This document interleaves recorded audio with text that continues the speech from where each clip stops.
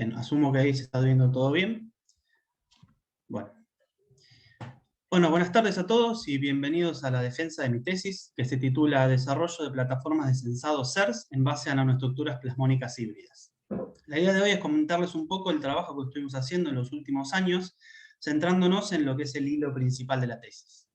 Mi directora de tesis es la doctora María Ana Castro, mi director de beca CONICET es el doctor Daniel Murgida, y mi consejero de estudios es el doctor Fernando Iñón. La motivación principal detrás de este trabajo es la construcción de sensores basados en elementos de reconocimiento específico, particularmente anticuerpos y nanoanticuerpos. El tipo de sensores que nos interesa desarrollar son los sensores para etiquetado, es decir, análogos a sondas fluorescentes unidos a anticuerpos. La técnica de detección que se propone utilizar es la microscopía Raman, que cuenta con una serie de ventajas, dentro de las cuales se pueden destacar que los espectros Raman permiten la identificación de los compuestos que lo están generando debido al patrón de bandas vibracionales, y que las bandas Raman angostas facilitan lo que son detecciones múltiples de varios analitos simultáneamente. Algunas desventajas que es necesario superar para utilizar esta técnica es que la irreproducibilidad de muchas muestras hace difícil la cuantificación mediante esta técnica, y que es un fenómeno intrínsecamente poco intenso, por lo que es necesario intensificar. Ahora vamos a hacer una pequeña introducción de los conceptos principales que vamos a desarrollar sin adentrarme demasiado en la teoría. Frente a la irradiación de luz sobre materia, hay una serie de procesos que pueden suceder. La luz puede ser absorbida, puede ser transmitida, puede ser reflejada o puede ser dispersada.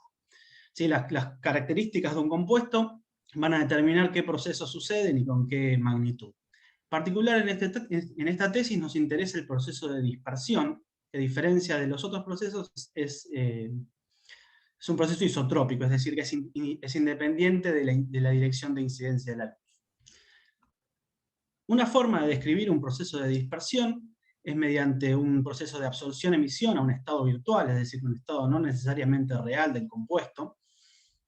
Y en este caso describe lo que llamamos dispersión elástica o dispersión de Rayleigh, donde el fotón dispersado tiene la misma energía que el fotón incidente.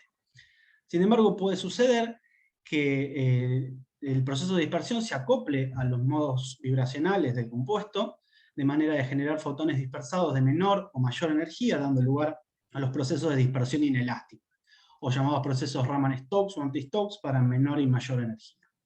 Esto es un proceso poco intenso, poco frecuente. Alrededor de 1 en 1.000.000 de fotones dispersados se dispersa inelásticamente. Específicamente, la intensidad de dispersión inelástica depende de la frecuencia de incidencia a la cuarta, la frecuencia de la radiación de incidencia a la cuarta, por lo que es común utilizar fuentes de radiación en el rango del visible. Esta característica resulta importante en la selección de algunos aspectos de esta tesis, por lo que conviene recordarlo. Entonces, si se colecta la radiación dispersada, lo que se observa en un espectro son los picos correspondientes a la dispersión inelástica alrededor de una banda principal muy intensa de dispersión elástica. ¿Sí? Para moléculas complejas, con varios modos vibracionales, de cada lado de la banda principal vamos a tener un espectro vibracional, en este caso el espectro Raman-Stokes, es decir, de menor energía. Una de las ventajas de esta técnica, de la técnica del fenómeno Raman, es que posee varios métodos de intensificación de sus señales. Y en esta tesis nos vamos a concentrar principalmente en el fenómeno de intensificación plasmónica. Un plasmón superficial es la oscilación de los electrones de conducción en una superficie, en una interfaz entre un metal plasmónico como oro o plata y un dieléctrico como aire o agua. En particular nos interesa el fenómeno asociado de resonancia del plasmón superficial localizado, que está presente en nanoestructuras y nanopartículas y se puede generar por irradiación común de luz. Entonces, frente a la irradiación de luz sobre nanoestructuras de este estilo, se genera la oscilación de los electrones de conducción del material plasmónico de manera de generar zonas de campo electromagnético elevado.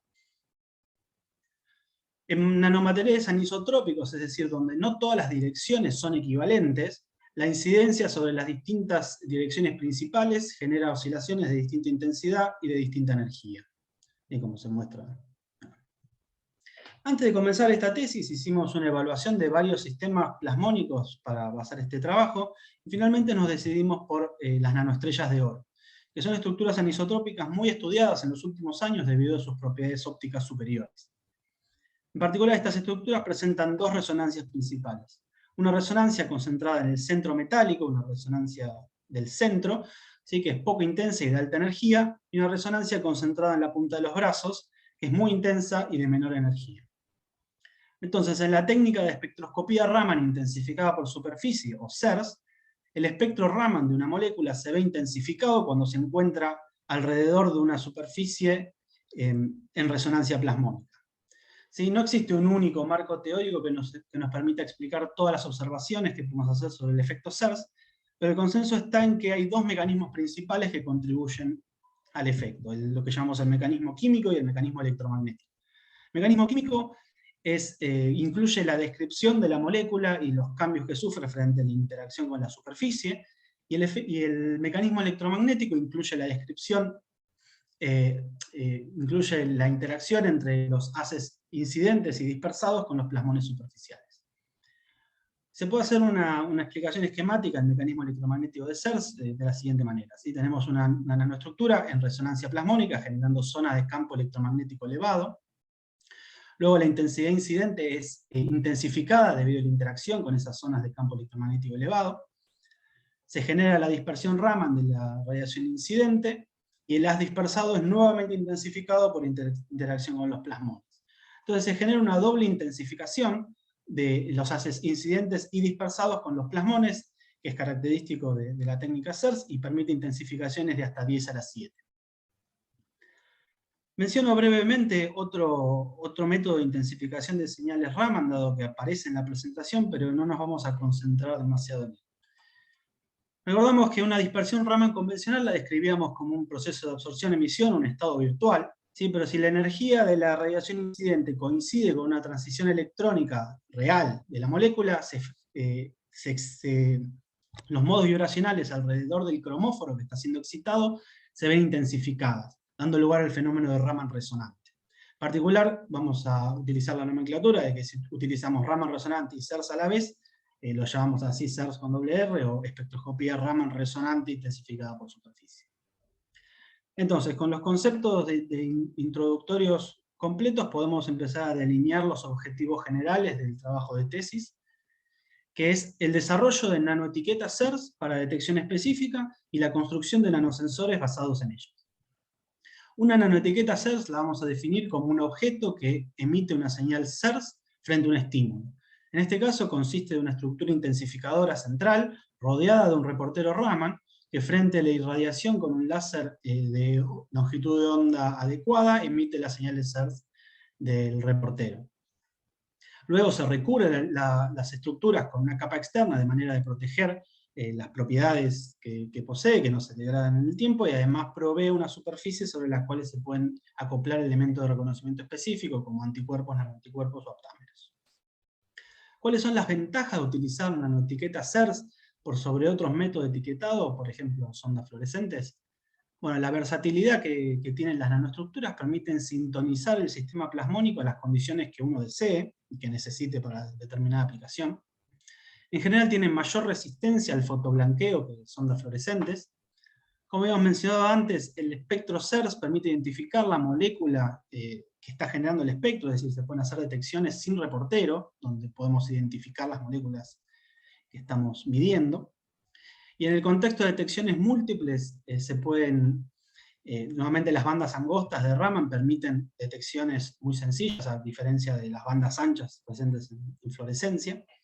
Y también en el ámbito de detección múltiple se puede utilizar la misma estructura intensificadora con distintos reporteros, logrando excitar todas las estructuras con el mismo láser. Los objetivos específicos en lo que concierne a esta presentación, ¿sí?, es la síntesis de nanoestructuras plasmónicas intensificadoras basadas en nanoestrellas de oro, la caracterización de sus propiedades SERS y la sintonización de las propiedades ópticas mediante la variación morfológica de las nanoestructuras. Luego evaluamos la protección de las nanoestructuras plasmónicas con una capa protectora, y finalmente construimos nanosensores plasmónicos basados en las nanoetiquetas desarrolladas. Para vincular esto con la estructura de la tesis, ¿sí?, de los 4 capítulos de resultados, nos vamos a concentrar en los capítulos 3, 4 y 6, que forman el hilo principal de la tesis, y en particular los resultados los capítulos 3 y 4 se van a mostrar intercalados. La mayoría de las síntesis de nanoestrellas de oro consisten de un crecimiento anisotrópico sobre semillas esféricas de oro preformadas, y en este caso se eligió una síntesis que consiste en la reducción de oro mediante ácido ascórbico utilizando iones plata como directores de crecimiento. Si bien no es necesario, se agrega un surfactante de manera de aumentar la estabilidad de las suspensiones resultantes.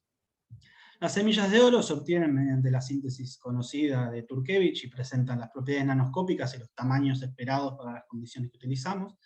Y las suspensiones de nanoestrellas que obtenemos presentan las condiciones morfológicas que deseamos, es decir, un centro esférico con puntas largas y bien puntiagudas.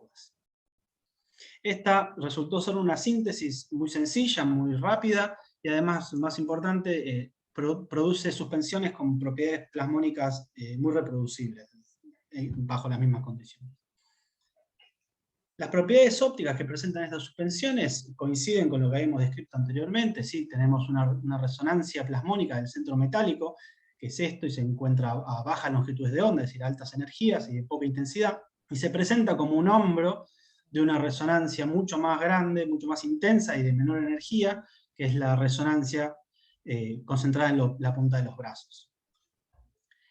Si comparamos estas estructuras con otras estructuras anisotrópicas, como por ejemplo nanobarras de oro, la resonancia plasmónica de los brazos se puede racionalizar en función de la resonancia longitudinal de las nanobarras de oro.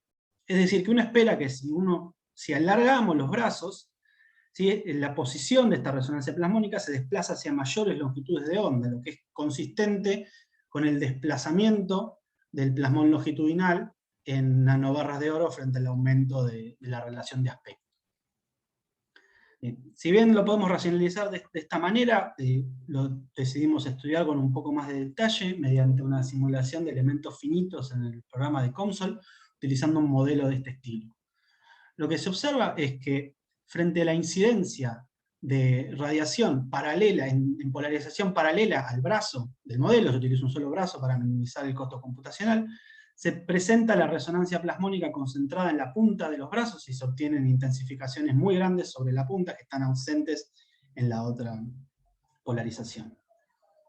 Sí, entonces este modelo captura las características plasmónicas principales del material y nos permite evaluar la relación entre las estructuras y las propiedades plasmónicas.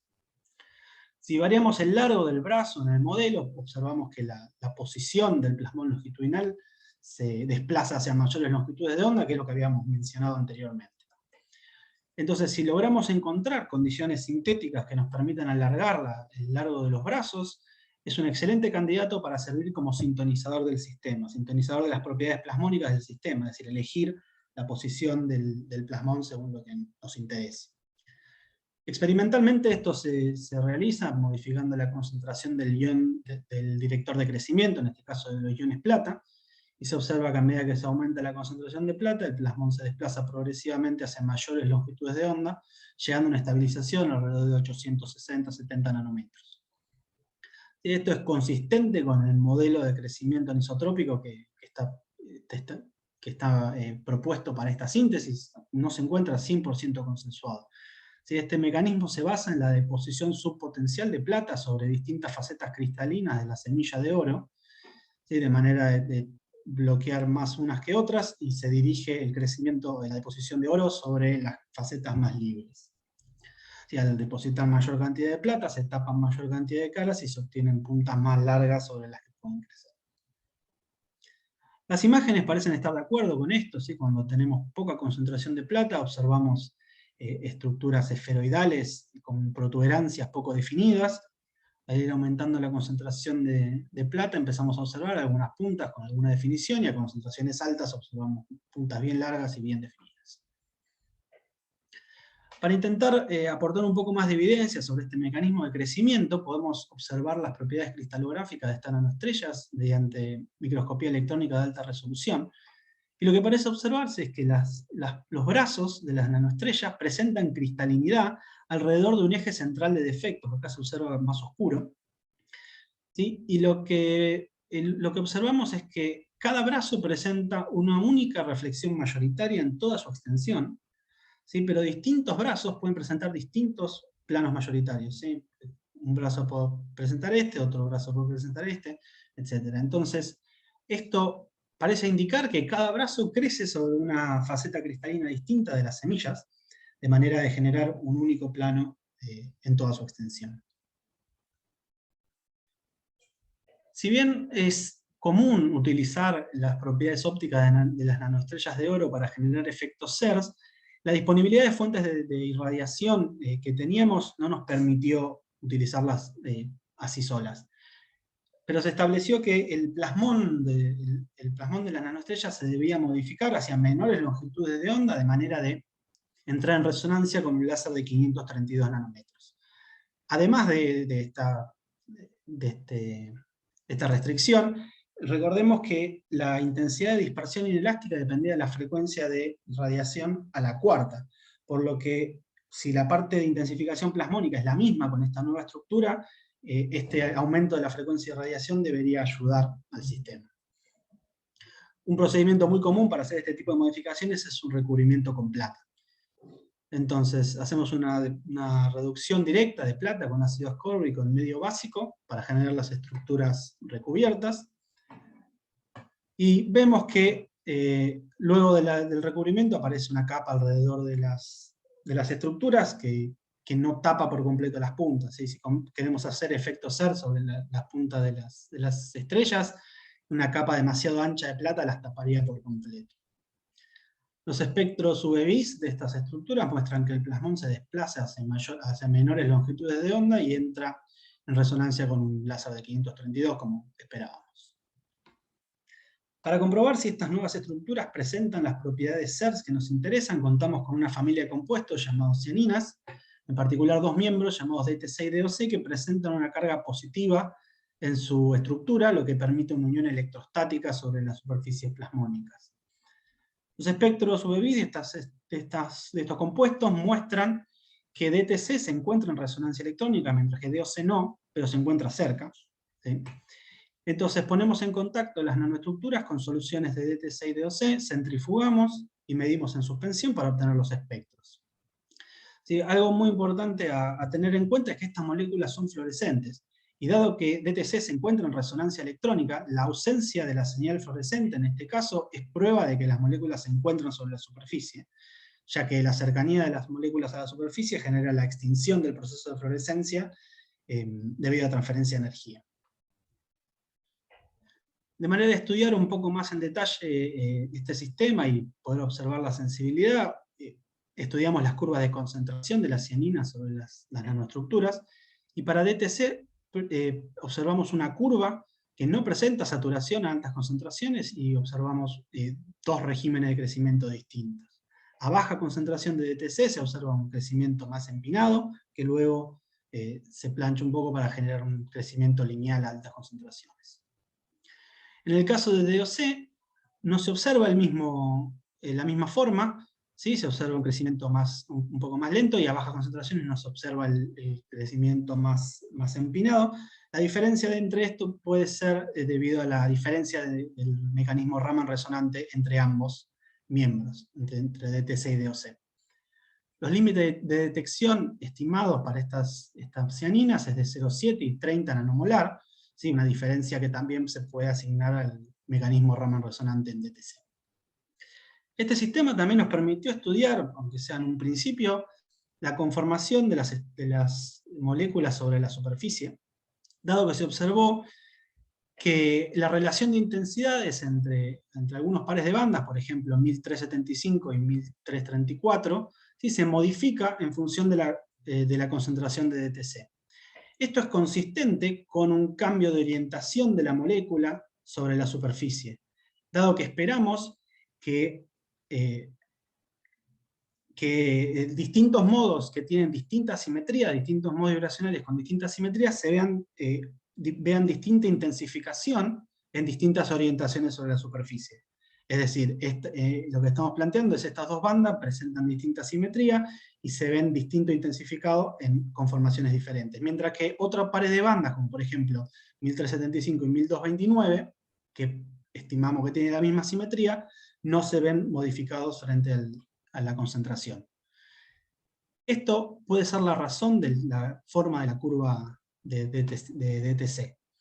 A baja concentraciones la molécula se encuentra menos impedida y puede adquirir otras conformaciones con distinta intensificación que luego a altas concentraciones no puede adoptar debido al amontonamiento molecular, a los vecinos que posee.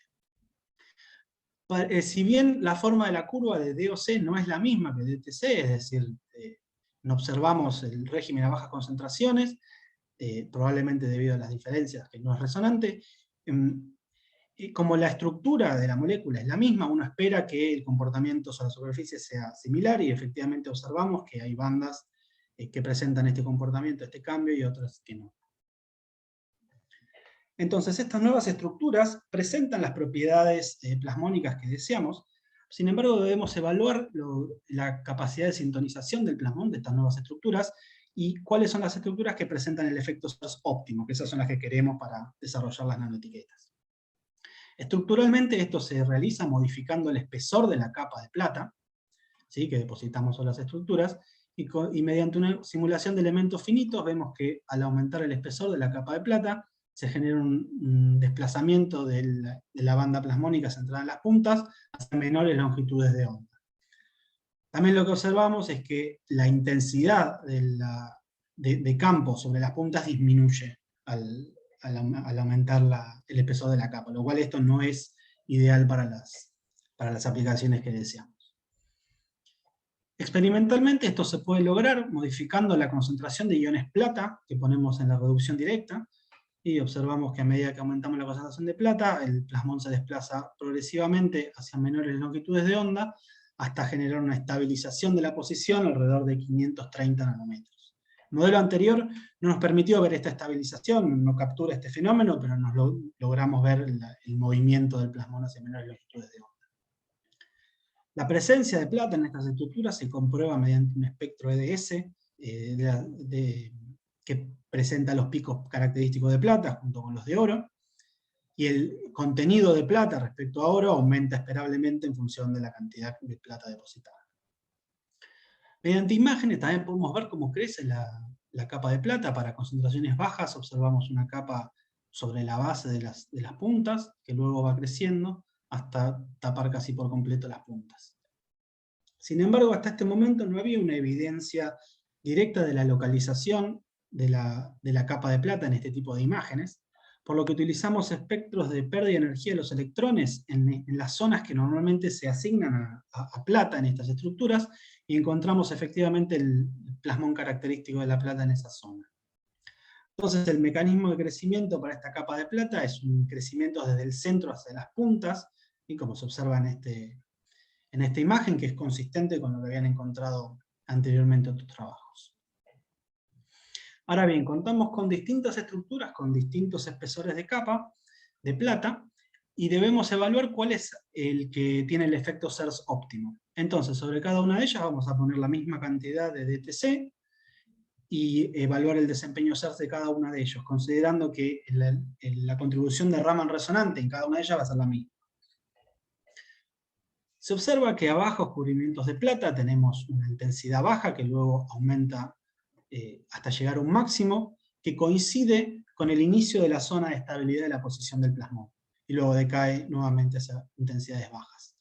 Esto indica que las estructuras que tienen efecto SARS óptimo son aquellas en las que se obtiene la capa de plata de mayor espesor posible sin tapar por completo las puntas, es decir, lo que designamos a la estabilidad del plasmón es tapar por completo las puntas.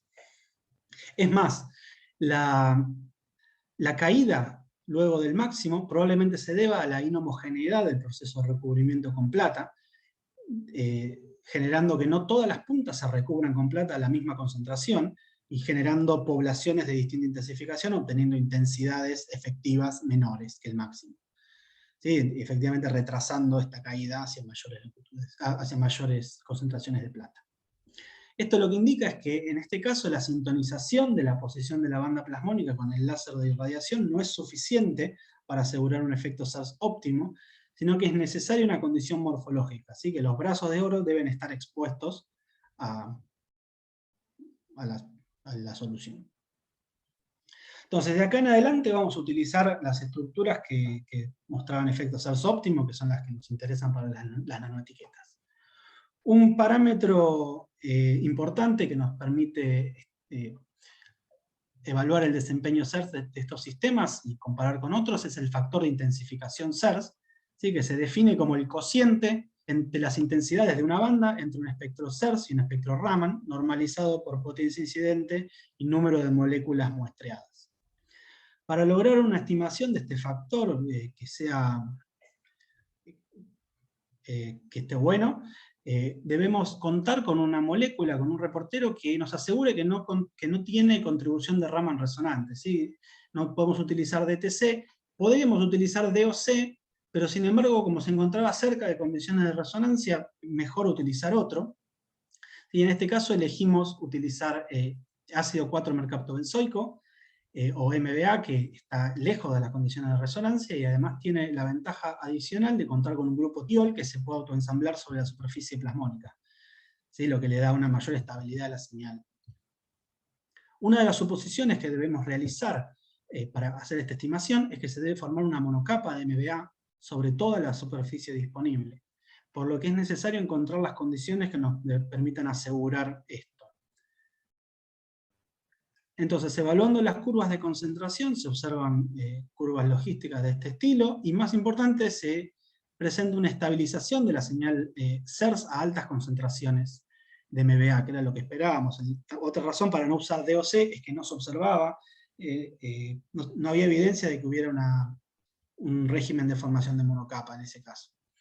Evaluando distintas curvas con distintos lotes de nanoestructuras, lo que observamos son distintas intensidades de saturación, ¿sí? Pero siempre la misma forma de la curva. Es decir, que la concentración mínima de formación de monocapa de MBA es independiente del lote de nanoetiquetas utilizado, por lo que se puede definir para todos igual.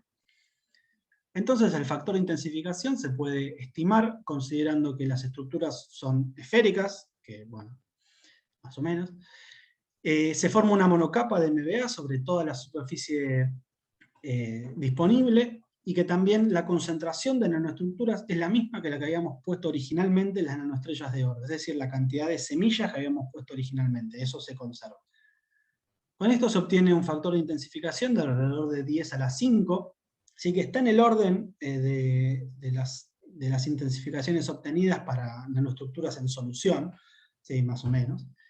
El único otro trabajo de nanoestrellas recubiertas con plata que presente un factor de intensificación presenta un valor 10 veces mayor, pero sin embargo, en ese caso se utilizan otras aproximaciones y otra fórmula para estimar este factor de intensificación, por lo que no es una buena comparación, y nuestro número puede ser más conservador, y eso da lugar a las diferencias observadas. Entonces, en este punto debemos definir qué reportero Raman es el ideal para utilizar en las aplicaciones que tenemos nosotros. Hasta este momento contamos con dos tipos de reporteros distintos. Las cianinas, ¿sí? Que presentan una mayor intensidad rama total debido a una mayor sección de dispersión elástica, y la posibilidad de acceder al mecanismo de Raman resonante, ambos le dan una mayor sensibilidad al sistema. Y el MBA, que presenta una unión covalente a las nanoestructuras. Recordemos que el siguiente paso de esta síntesis es proteger las nanoestructuras con una capa protectora, ¿sí? Y una unión covalente del reportero a las estructuras plasmónicas nos permitirá, aumenta las posibilidades de que persista la señal SERS luego del agregado de la capa, ¿sí? Algo que pueden ser desplazados las uniones electrostáticas. Entonces, el reportero que se define como el óptimo para estas estructuras es alguno que posea una gran intensidad Raman, una buena sección de dispersión inelástica, que esté en resonancia en 532 y que presente una unión covalente a las estructuras plasmónicas. Se propone entonces que una familia de compuestos para estos objetivos son las porfirinas tiosetadas, ¿sí? Cuyos grupos tiosetatos pueden ser hidrolizados en un solvente nucleofílico para formar tioles que se autoensamblan sobre la superficie. Y se evalúan 3 porfirinas disponibles, ¿sí? Porfirinas A y B con 2 y 4 grupos tiosetatos y sin metales centrales, y la porfirina C con 2 grupos tiosetatos y un zinc central. Las propiedades electrónicas de estas moléculas presentan la banda de Soret clásica de estos compuestos, alrededor de 420 nanómetros, y las zonas de bandas Q de menor intensidad, que están alrededor de la zona de irradiación del láser. Observando los espectros CERS de estas moléculas, vemos que porfirina A y porfirina B presentan espectros CERS muy similares, dado que las únicas diferencias entre ellas son la presencia de 2 o 4 grupos tiacetato, por lo que las únicas diferencias que vamos a observar es en la zona de esa molécula, ¿sí? Entre 800 y 900 centímetros a -1. Mientras que la porfirina C presenta un espectro radicalmente distinto, que es consistente con el agregado de un metal central. Observando las curvas de concentración de estas moléculas, vemos que las porfirinas A y C presentan formas muy similares, mientras que la porfirina B presenta un régimen de crecimiento más rápido a bajas concentraciones, ¿sí? Que no está presente en las otras dos. Estas diferencias se pueden deber a que la porfirina B posee 4 sitios de unión en la superficie, mientras que las otras dos presentan solo 2, ¿sí? Lo que le permite adoptar otra conformación sobre la superficie.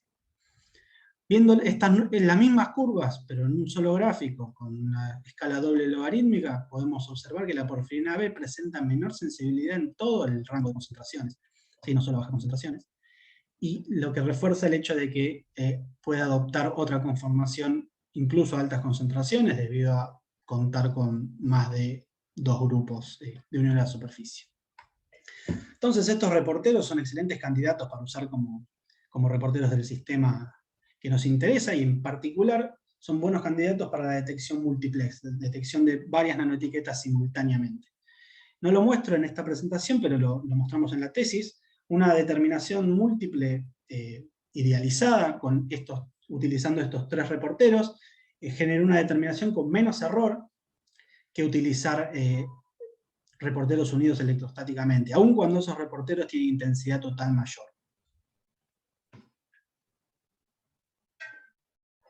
El siguiente paso en la síntesis de las nanoetiquetas corresponde al agregado de la capa protectora, de manera de evitar la pérdida de propiedades de las estructuras intensificadoras, es decir, las propiedades de intensificación de la nanoestructura y el reportero Raman que genera la señal. Se elige finalmente el agregado de una capa de dióxido de silicio, ¿sí? Que se agrega mediante un protocolo modificado de Stover, unido, que se deposita sobre las nanoestructuras unidas a polietilenglicol de cadena corta, así que están unidos covalentemente. Se obtienen estructuras con una capa alrededor de 35 nanómetros, ¿sí? Que puede ser modificada, el espesor puede ser modificado, modificando la concentración del siloxano utilizado. Sin embargo, cuando se disminuye el ancho de la capa, se empieza a observar mayor cantidad de superficie expuesta, lo cual no es ideal. Podemos utilizarlo de 35 nanómetros adecuadamente. Y la presencia de silicio en estas estructuras la comprobamos mediante un espectro EDS sobre cinta de carbono. Ahora, sobre estas nuevas estructuras surgen dos preguntas. ¿La inclusión de un reportero Raman sobre las estructuras plasmónicas impide la formación de la capa de silicio, de sílica? Lo que les habíamos mostrado antes era en ausencia de reportero. En presencia de reporteros, por ejemplo MBA o porfirina A, la capa se forma de la misma manera, sin cambios morfológicos evidentes, es decir, con el mismo espesor y todo. Y la segunda pregunta es: ¿estas nuevas estructuras retienen la señal CERS del reportero luego del recubrimiento con sílica? En el caso de MBA y porfirina A, lo que podemos ver es que luego del recubrimiento la señal sigue apareciendo. Parece ser mejor en el caso de porfirina A, pero sin embargo se puede usar en los dos casos. Para contrastar este comportamiento con un ejemplo negativo, ¿sí? Evaluamos las nanoestructuras recubiertas con un colorante unido electrostáticamente, que es el verde de malaquita, que es el más intenso, que genera más señal de todas, y vemos que luego del recubrimiento con sílica, el verde de malaquita es desplazado totalmente. Acá está magnificado 20 veces el espectro recubierto con sílica. Finalmente, el último paso en el desarrollo de nanoetiquetas es la derivatización de la capa de sílica mediante grupos funcionales que permitan la unión de elementos de reconocimiento específico para la construcción de los nanosensores. En particular, la derivatización con grupos amino permite la unión de proteínas mediante puentes de glutaraaldehído, es decir, que forman grupos imina entre los aldehídos entre los aminos de la capa de sílica y los aminos presentes en las proteínas. Esto se realiza mediante la hidrólisis de un siloxano aminado, ¿sí? Y se controla de manera de tener una densidad de grupos amino baja que evite problemas futuros de unión entre partículas cuando agreguemos glutaraaldehído. Las estructuras antes y después de la derivatización muestra que no hay diferencias morfológicas claras, es decir, eso es consistente con una densidad baja de grupos amino, no esperábamos ver diferencias a simple vista, y la presencia de grupos amino se puede inferir mediante la presencia del pico característico de nitrógeno en los espectros CDS. Sin embargo, esto no es 100% concluyente y se evalúa más adelante nuevamente. Entonces, estas estructuras presentan la base de lo que son las nanoetiquetas SERS, y sobre estas estructuras se van a acoplar los elementos de reconocimiento específico para utilizarlos en los nanosensores. A partir de ahora vamos a usar estas estructuras con MBA como reportero, debido a que el protocolo terminó siendo más simple y nos permite concentrarnos en las cosas más importantes, que es la construcción del resto de los nanosensores. Las conclusiones parciales del desarrollo de nanoetiquetas es que las estructuras de nanoestrellas recubiertas con plata presentan las propiedades SERS compatibles con el desarrollo de nanoetiquetas. Se lograron determinar las condiciones óptimas de preparación de las nanoetiquetas y estimar un factor de intensificación de estas estructuras. Y finalmente, con un recubrimiento con dióxido de silicio sobre las nanoestructuras plasmónicas, esto provee una buena protección de la señal SERS de reporteros unidos covalentemente y también provee una superficie versátil sobre la cual se pueden unir elementos de reconocimiento específico. Antes de comenzar a armar nanosensores, ¿sí? Debemos definir la estrategia de sensado que vamos a utilizar, es decir, a qué llamamos nosotros un nanosensor. ¿Sí? Como un ejemplo esquemático, tenemos un sustrato sobre el cual se inmoviliza uno de los elementos del sistema de reconocimiento, y sobre las nanoetiquetas se inmoviliza el elemento complementario. Luego se ponen en contacto ambos, se lavan y se pone bajo el microscopio RAM. Una vez que se obtiene la imagen superficial de la muestra, se define un área de medida, que en general es de 1 milímetro por 1 milímetro, y sobre ella se define una grilla de puntos, y sobre cada punto de la grilla se mide un espectro, ¿sí? Que luego se promedia y se procesa.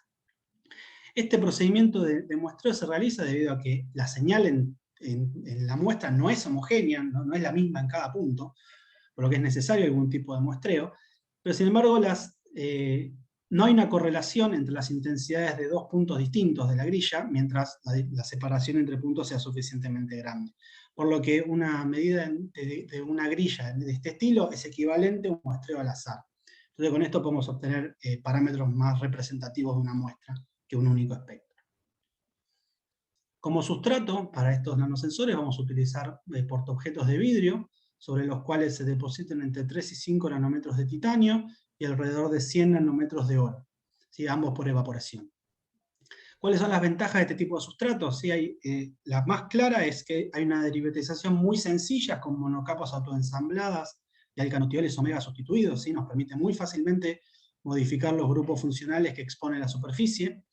También hay una mayor cantidad de técnicas de caracterización disponibles, como PMIRS, STM, SPR, etc. El primer experimento que utiliza esta estrategia de medida es la unión covalente de nanoetiquetas sobre la superficie, es una superficie que expone carboxilatos, mediante una formación de grupos amida. ¿Sí? Este experimento pretende evaluar dos conceptos. Primero, evaluar la presencia de grupos amino sobre las nanoetiquetas, que antes había quedado incompleto, y también evaluar la factibilidad de la detección superficial, es decir, si hay suficiente señal SERS para detectarlo superficialmente, para las siguientes aplicaciones. ¿Sí? Entonces, evaluando muestras en presencia y ausencia del reactivo que forma el enlace covalente, DSI-NHS, parece observarse que en presencia de DSI-NHS hay mayor intensidad que en ausencia de DSI-NHS, lo que parece confirmar que se está formando un enlace covalente. ¿Sí? Pero sin embargo, hay señal en ausencia de DSI-NHS, lo que puede provenir de pegados inespecíficos, ¿sí? De interacciones inespecíficas entre las nanoetiquetas y la superficie. sonicando estas muestras de manera de eliminar todo lo que no esté unido covalentemente, observamos que las muestras en presencia de EDC y NHS no pierden la totalidad de sus señales, pero se comportan medio mal porque es un proceso muy violento, pero en ausencia de EDC y NHS la señal desaparece casi completamente.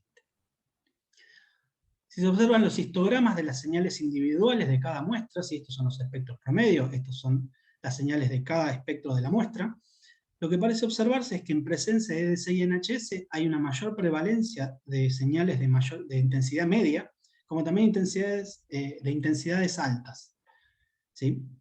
Sin embargo, estas señales altas pueden provenir de señales anómalas del sistema, por lo que pretendemos no sacar conclusiones que se basen únicamente en señales de intensidad alta. Otra manera de aumentar la confianza en estos resultados, ¿sí?, es realizar particiones sobre el sistema. Es decir, eliminar espectros. Por ejemplo, se pueden eliminar los espectros de más baja intensidad, de manera de no estar promediando espectros que no aporten señal, y también eliminar los espectros de más alta intensidad, que son aquellos que si existe, va a ser lo que contengan las señales anómalas. Entonces eliminamos las señales anómalas de esa manera.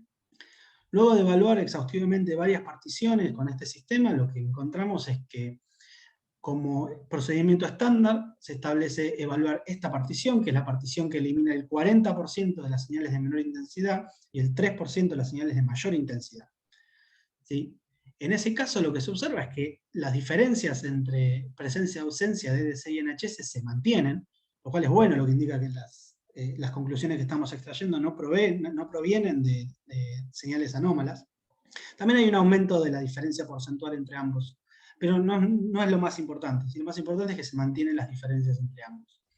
Otra cosa muy importante de esto es que si bien acá parece que hay un solo espectro, acá hay dos, ¿sí? Son dos espectros distintos con la misma intensidad, lo cual habla muy bien de la reproducibilidad entre distintas muestras. Un último gráfico que nos permite cementar las conclusiones extraídas es la distribución espacial de señales en cada muestra.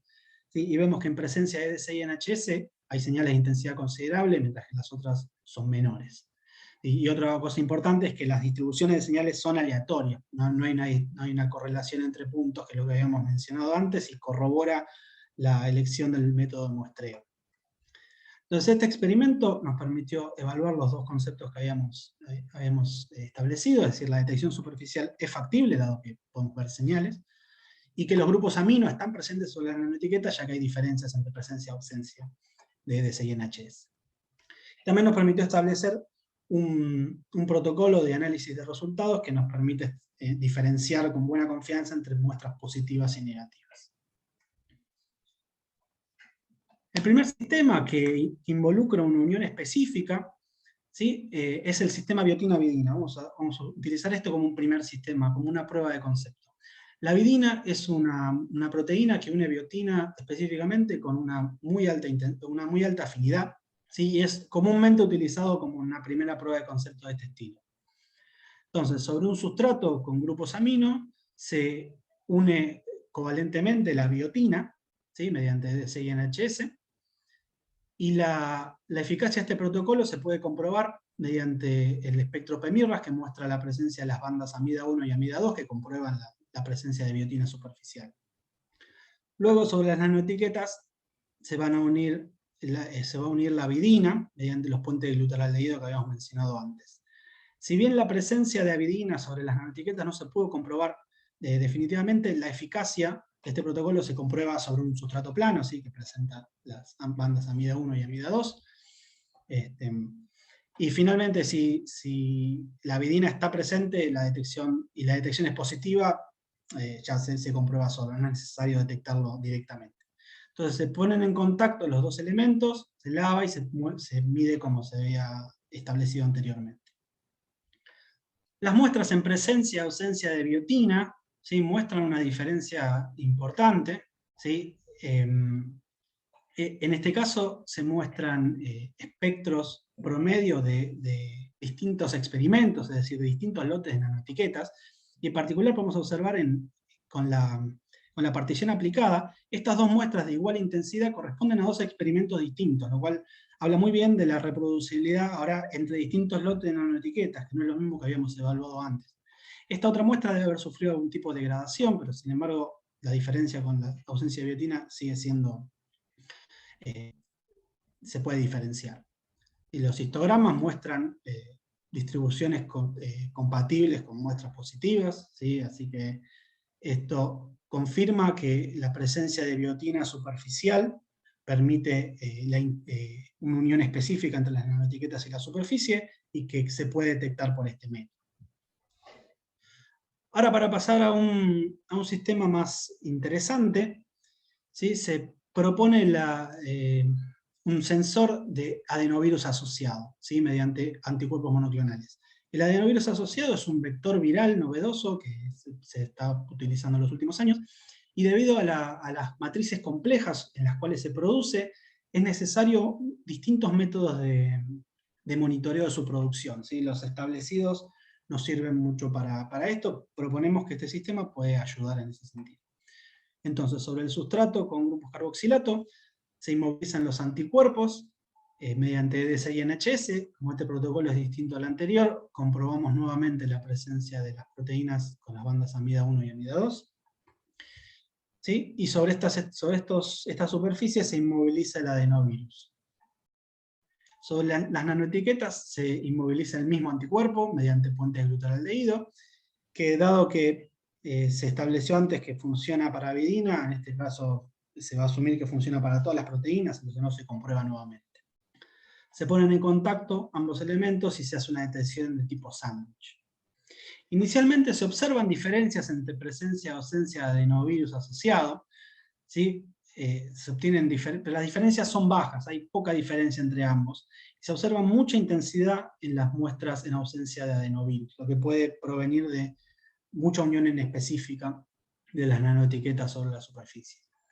Si bien los histogramas parecen mostrar una distribución consistente con una diferencia real, ¿sí? no es suficiente para poder decir concluyentemente que hay una diferencia. Por lo que debemos intentar minimizar el pegado inespecífico. Esto se realiza utilizando un paso de bloqueo superficial de los sustratos superficiales, ¿sí? Luego de la inmovilización del anticuerpo se agrega ceroalbúmina bovina, y luego se procede como se procedió antes, y en ese caso se observa una diferencia muy importante entre presencia y ausencia de adenovirus, y más de 1500%, y las distribuciones de histogramas son consistentes con diferencias reales. Entonces esto confirma la detección positiva de adenovirus, pero sin embargo es necesario en un futuro introducir lo que es la cuantificación de adenovirus, de manera de avanzar sobre un protocolo de monitoreo de la producción, ¿sí? Que es el objetivo que teníamos. El último sistema que vamos a evaluar es la detección de la proteína NS1 mediante nanoanticuerpos. La proteína NS1 es una proteína que exhiben las células infectadas por el virus del dengue, y los nanoanticuerpos son los dominios hipervariables en anticuerpos de cadena pesada que están presentes en camélidos. ¿Sí? La proteína NS1, si bien es un sustrato, es un antígeno interesante para detectar de por sí, hay muchos sistemas que ya lo detectan y bastante bien, pero sin embargo, la detección del serotipo del virus del dengue sigue siendo bastante compleja, es necesario secuenciar y demás. Entonces, si este sistema funciona, es muy sencillo modificarlo de tal manera de hacer una detección simultánea de varias proteínas características de distintos serotipos, de manera de identificar muy fácilmente el serotipo que está involucrado en una infección. Entonces, los nanoanticuerpos en este sentido son muy útiles debido a que son muy fáciles de preparar, ¿sí? Se pueden preparar, dado que son monodominios, se pueden preparar como cualquier otra proteína y son muy fáciles de modificar para tener las funcionalidades que uno quiera. En particular, en este caso, utilizamos nanoanticuerpos que están biotinilados, tienen una biotina colgando, lo que permite unirlas a la superficie mediante la interacción específica entre biotina y avidina, o en este caso vamos a usar algo levemente distinto, que es streptavidina, una proteína muy parecida. Sobre el sustrato se une streptavidina con el mismo protocolo equivalente que antes, y se une el nanoanticuerpo específicamente sobre la superficie. Y luego se inmovilizan las proteínas NS1 sobre ella. Las nanoetiquetas se derivatizan análogamente, eso se une streptavidina por puente de glutaraaldehído y se inmoviliza el nanoanticuerpo sobre ellos. Se ponen en contacto y nuevamente tenemos una detección de tipo sándwich. En este caso, hay grandes diferencias entre presencia y ausencia de NS1, ¿sí? Las más grandes diferencias que vimos hasta ahora. Sin embargo, se ve una mucho mayor dispersión en las intensidades en presencia de NS1. ¿Sí? Acá incluye muestras de 2 experimentos distintos, igual que antes. Algo que se observa en este caso es una intensidad total mucho mayor que en los casos anteriores, lo que puede provenir del protocolo utilizado de la unión del elemento de reconocimiento específico. ¿Sí? En el caso del anticuerpo monoclonal, utilizamos una unión no dirigida, es decir, con orientación aleatoria sobre la superficie, generando distintas afinidades en función de cómo esté orientado sobre la superficie. En este caso, utilizamos una unión por streptavidina-biotina, lo que genera que haya una única orientación sobre la superficie, generando una afinidad máxima, lo que puede ser la razón de las intensidades tan altas. ¿Sí? Los histogramas nuevamente muestran diferencias muy importantes, aún las muestras de más baja intensidad. ¿Sí? Y esto comprueba la detección de la proteína NS1. ¿Sí? Esto es especialmente importante debido a que las concentraciones de proteína NS1 que estamos utilizando en este experimento están en el rango de las concentraciones biológicamente relevantes, por lo que ya estaríamos en condiciones, una vez puesto a punto, de utilizarlo en la forma en la que está. Entonces, este tipo de sistemas son ideales como base del nanosensor multiplex para el serotipo del virus del dengue, y lo habíamos mencionado anteriormente. Como conclusiones parciales en la construcción de nanosensores, es que las nanoetiquetas CERS proveen suficiente señal para lograr una detección superficial adecuada, y podemos distinguir entre señales positivas y negativas mediante un análisis conjunto de las señales CERS totales, de la partición y de los histogramas. ¿Sí?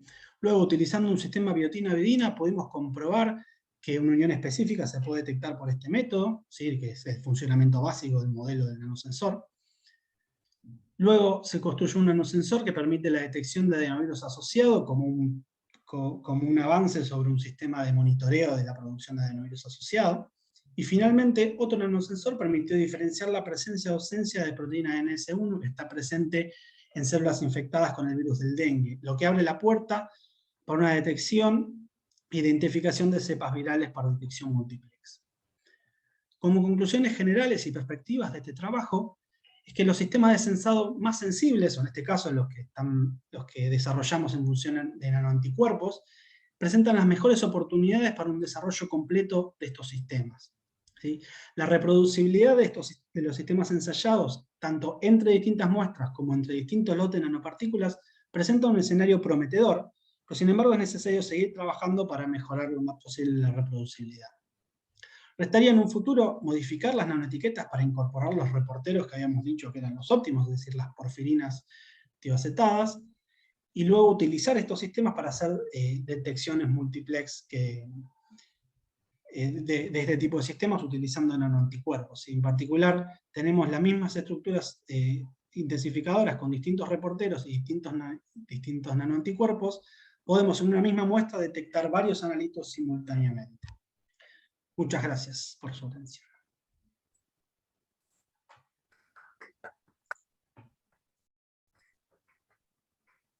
Bueno,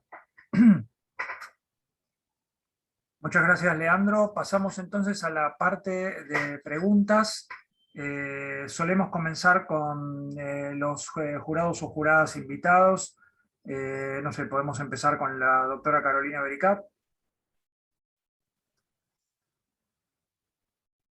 Bueno, felicitaciones, Leandro, me gustó mucho y se ve que has realizado un trabajo importante, mucho trabajo, la tesis está muy bien escrita, muy bien descrito todo, así que, y bueno, y además creo que justo tuviste la mala suerte de que te partiera un poco al medio todo el tema de la pandemia, que supongo que afectó bastante, bueno, sobre todo el poder concretar algunas de las cosas, ¿no? Que supongo que que tratarán de concretar en los próximos meses. Bueno, muy buena también la presentación. No, yo quería hacer algunas preguntas con respecto,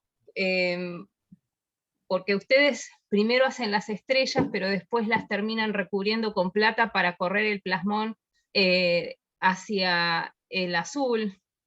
¿Y qué diferencia habría con usar directamente nanopartículas de oro que tienen un plasmón en 520, 500, bueno, que de acuerdo al tamaño de la partícula se puede ir también sintonizando un poquito, ¿no? Digo, partículas esféricas. Sí.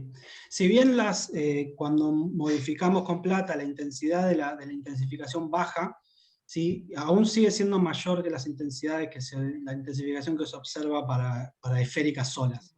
¿Sí? Hay una ganancia en ese sentido. Está bien. Y con respecto también a las puntas digamos, de las nanoestrellas en ese método en la que quedan originalmente recubiertos con citrato o con ascórbico, ustedes no ven, porque dice que son estables hasta por 2 meses, no sé si se refería a las estrellas o a las estrellas ya recubiertas con plata. Nosotros hemos visto que no son muy estables si uno no las recubre con otra cosa.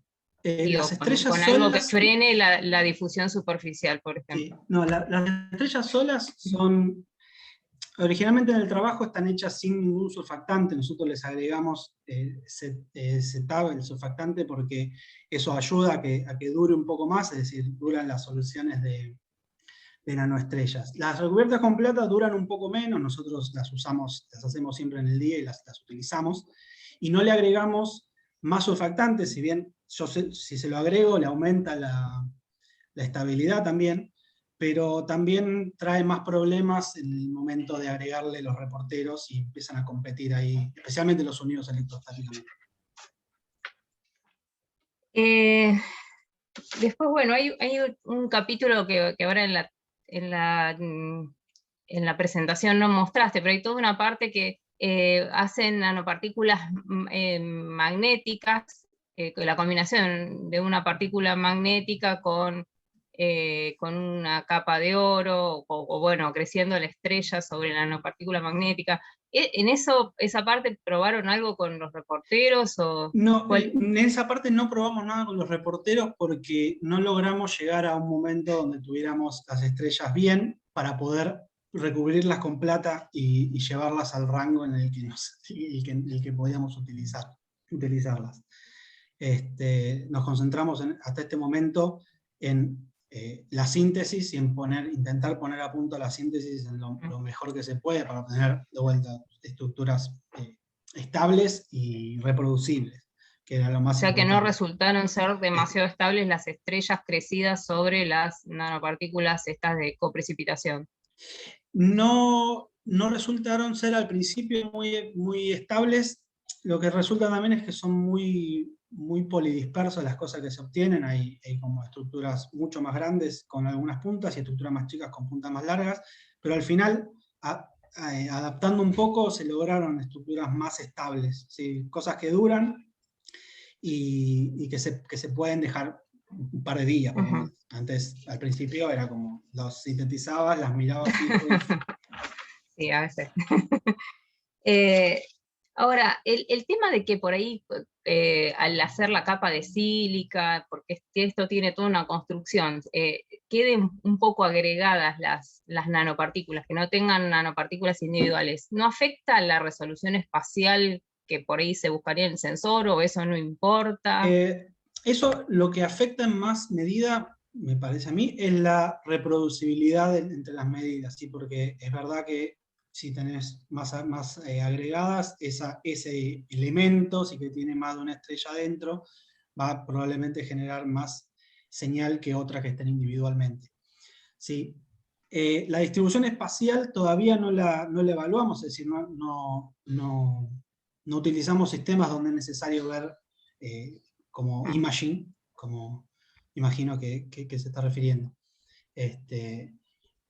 mejoramos mucho el tema de la reproducibilidad en ese sentido, es decir, tuvimos que trabajar fuerte sobre las condiciones para lograr separarla lo más posible, porque originalmente era peor, era como una gran masa de cosas recubiertas.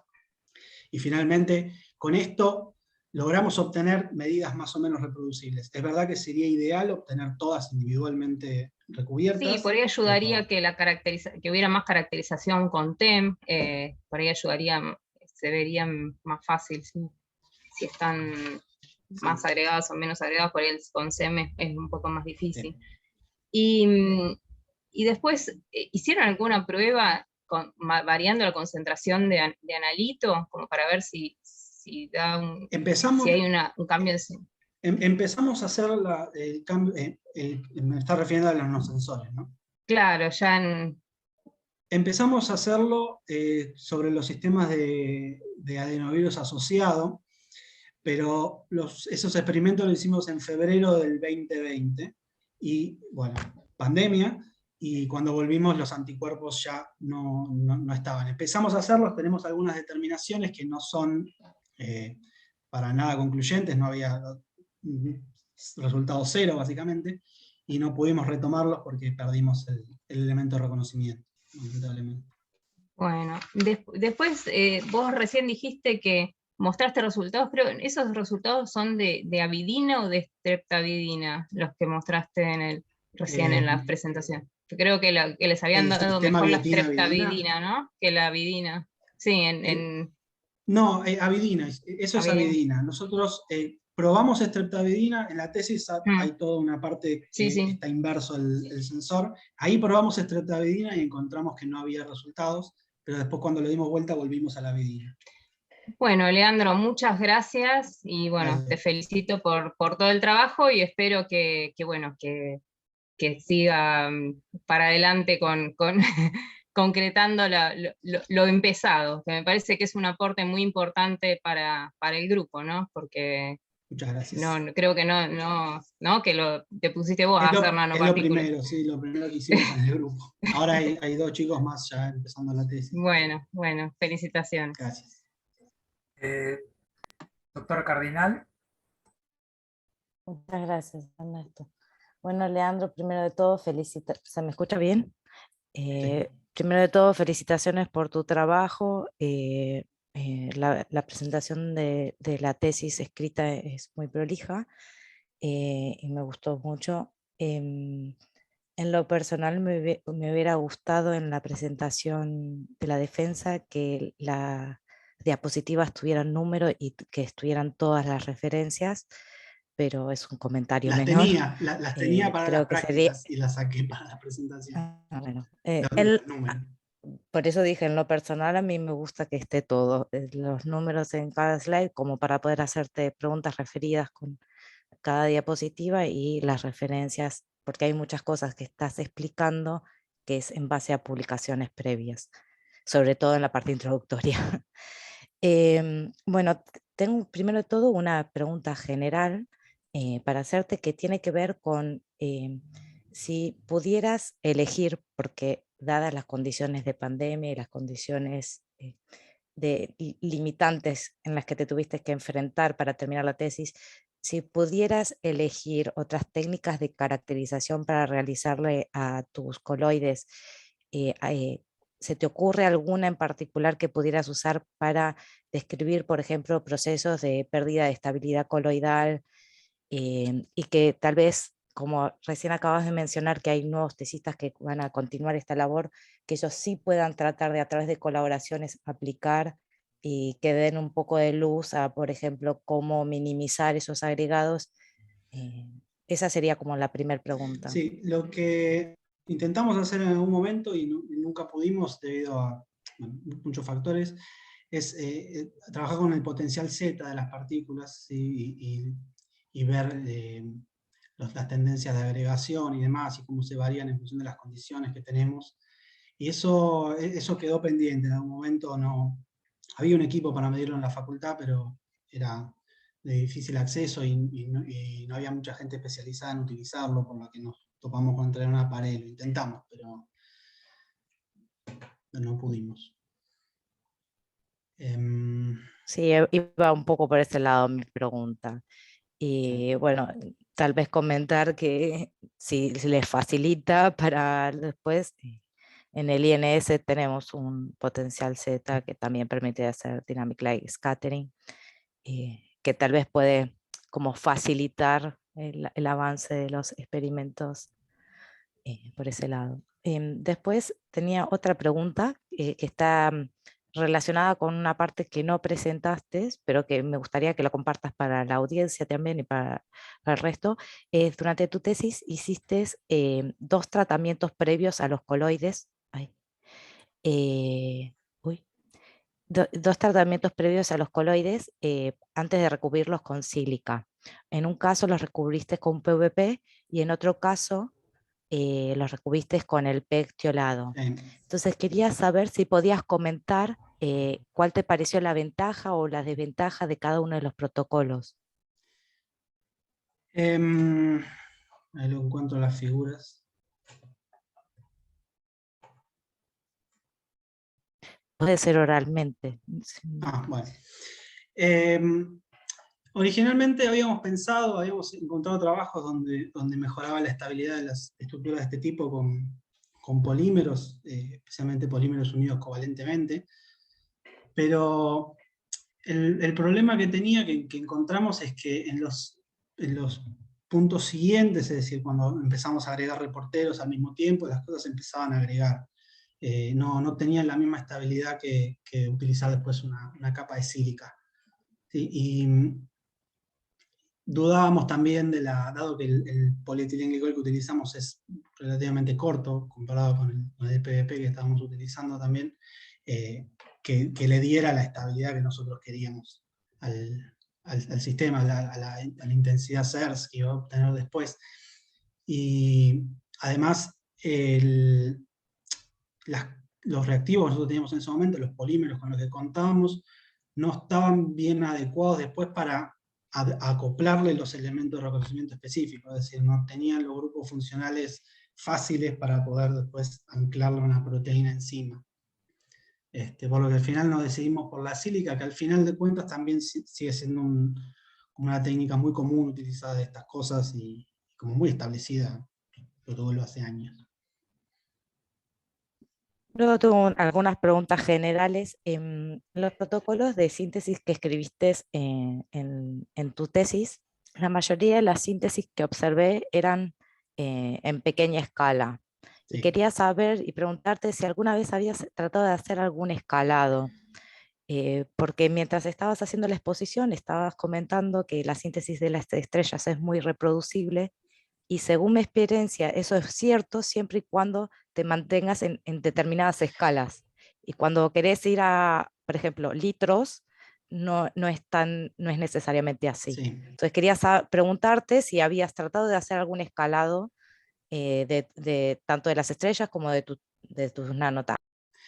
Las nanoestrellas, por lo que recuerdo, en algún momento las hice un poquito más grandes, o sea, estas síntesis se hacen 10 mililitros, la probé hasta creo que 30 mililitros porque necesitaba mucho volumen para hacer distintas cosas, y parecía funcionar, pero no mucho más, nunca me fui a una escala grande, además es un montón de oro.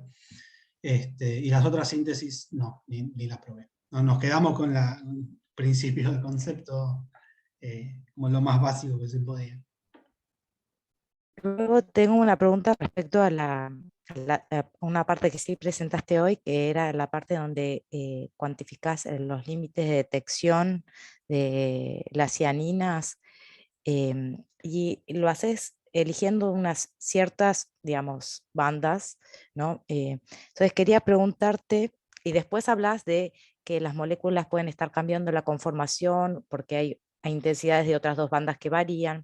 Entonces quería preguntarte si lo que es el límite de el LOD, el límite de detección, lo habías tratado de cuantificar con otra banda que no varíe según tu asunción de las que estaban variando según la conformación, y quería preguntarte si habías tratado de correlacionar las bandas que sí variaban según la concentración con grupos funcionales y si eso tenía lógica con que esos grupos funcionales sean los que estaban, digamos, asociados a cambios en la conformación.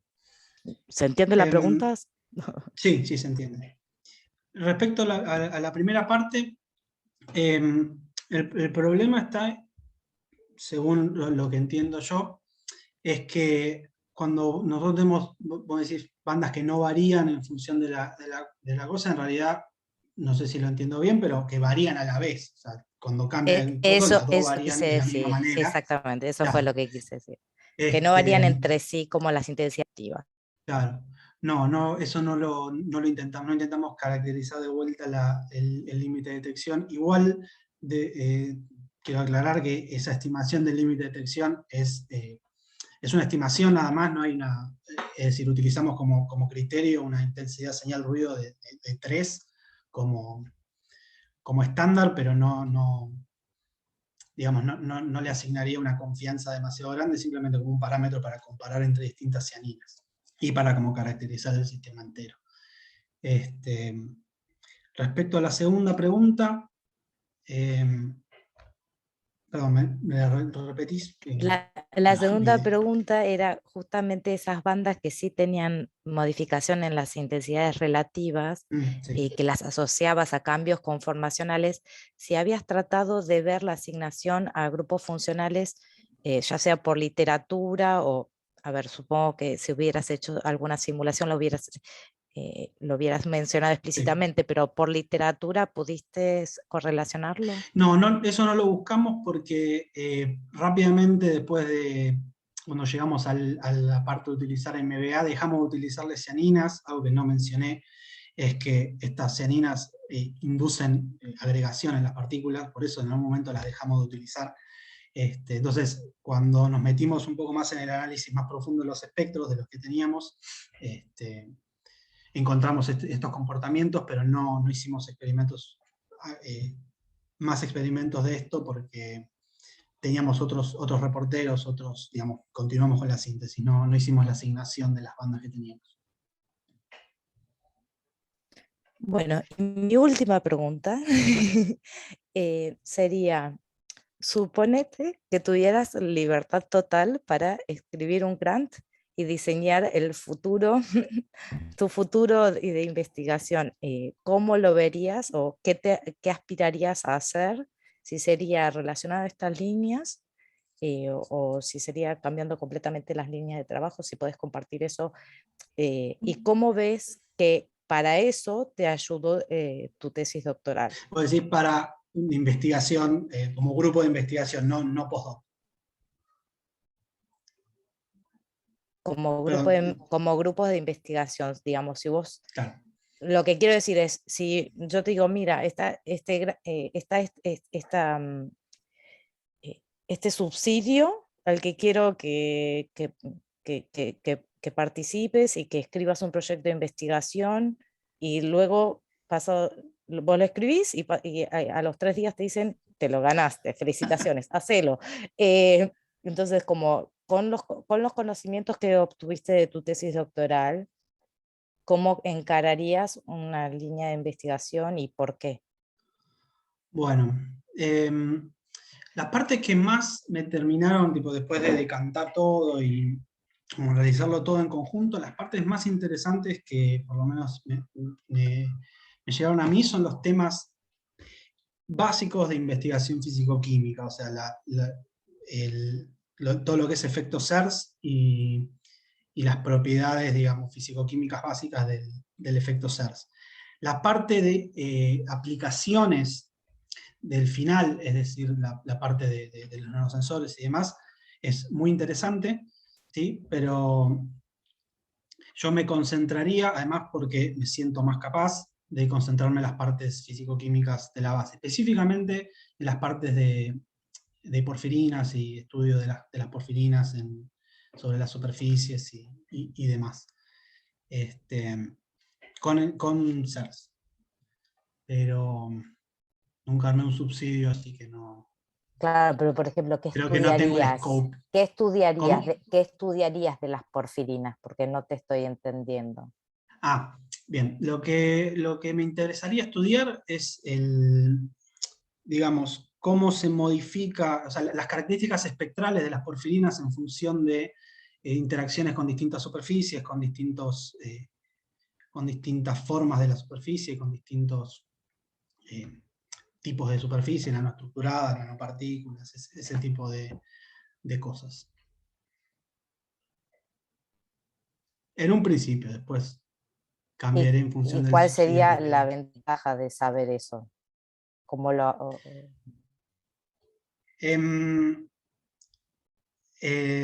Bueno, nada, estudiar esto un poco, digamos, la investigación básica de este sentido está muy avanzada, es decir, las porfirinas están estudiadas un montón, ¿sí? Y sirven para, o sea, son utilizadas, o son planteadas para utilizar en un montón de dispositivos como dispositivos de colección de luz, dispositivos como catalizadores y demás, que se ven modificadas las propiedades del sistema en función de cómo esa molécula esté orientada sobre la superficie, sobre el catalizado.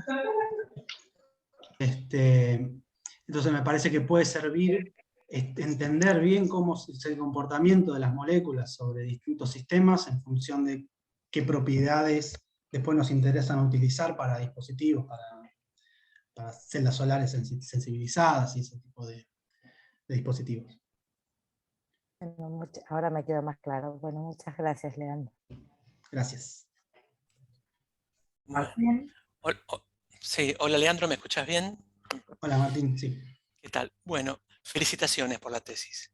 Gracias. Me pareció excelente, me pareció súper sólida la tesis. Y yo estoy muy orgulloso, es comentario así personal, de todas las tesis que está viendo en el departamento. En los últimos tiempos me tocó ser jurado de otras tesis. Yo estoy muy orgulloso de tanto de la tesis, no del departamento nuestro, de la facultad, en general las que estoy viendo. Y siento como que nosotros como comunidad científica dimos buenos pasos. Tenemos que estar orgullosos de los pasos que fuimos dando. Abrimos nuevas temáticas, utilizamos los equipos que compramos, la gente superó toda esta cosa de la pandemia, las dificultades. Y a mí me pareció que tu tesis es súper sólida, es excelente. Vos barriste cuestiones de síntesis inorgánica, de síntesis de nanopartículas, cuestiones instrumentales relacionadas con Raman, la técnica, etcétera, muy analíticos, muy de instrumentación. Y luego el diseño de sensores, de plataformas de sensores, lo cual no es nada fácil. Y luego lo pudiste abordar a casos de prueba, a los primeros casos de prueba. Es realmente excelente. Y tu presentación de hoy fue buenísima, me encantó. Gracias. Me aclaró unas cuantas cosas. La tesis está muy bien escrita. Por ahí sobre el final yo me confundí un poco.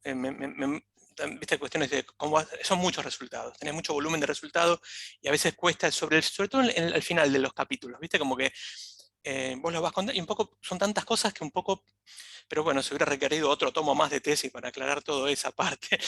Pero tu presentación a mí me parece que fue buenísima, fue muy clara, fuiste muy riguroso, muy claro, pudiste condensar un montón de cosas que en una hora es como que una vez escucha seminarios de profesores que no pueden condensar cosas y vos condensaste un montón de cosas. Como toda tesis excelente, uno tiene un montón de preguntas, ¿no? Yo voy barriendo y te voy haciendo preguntas. La primera pregunta sería, ¿por qué nanoestrellas de oro? En el siguiente sentido, vos haces nanoestrellas de oro y después las recubrís con plata por el tema de que te entra el plasmón. Entonces, ¿por qué no hacer nanoestrellas de plata? Sería la primera pregunta, con lo cual te ahorrarías todas las preguntas.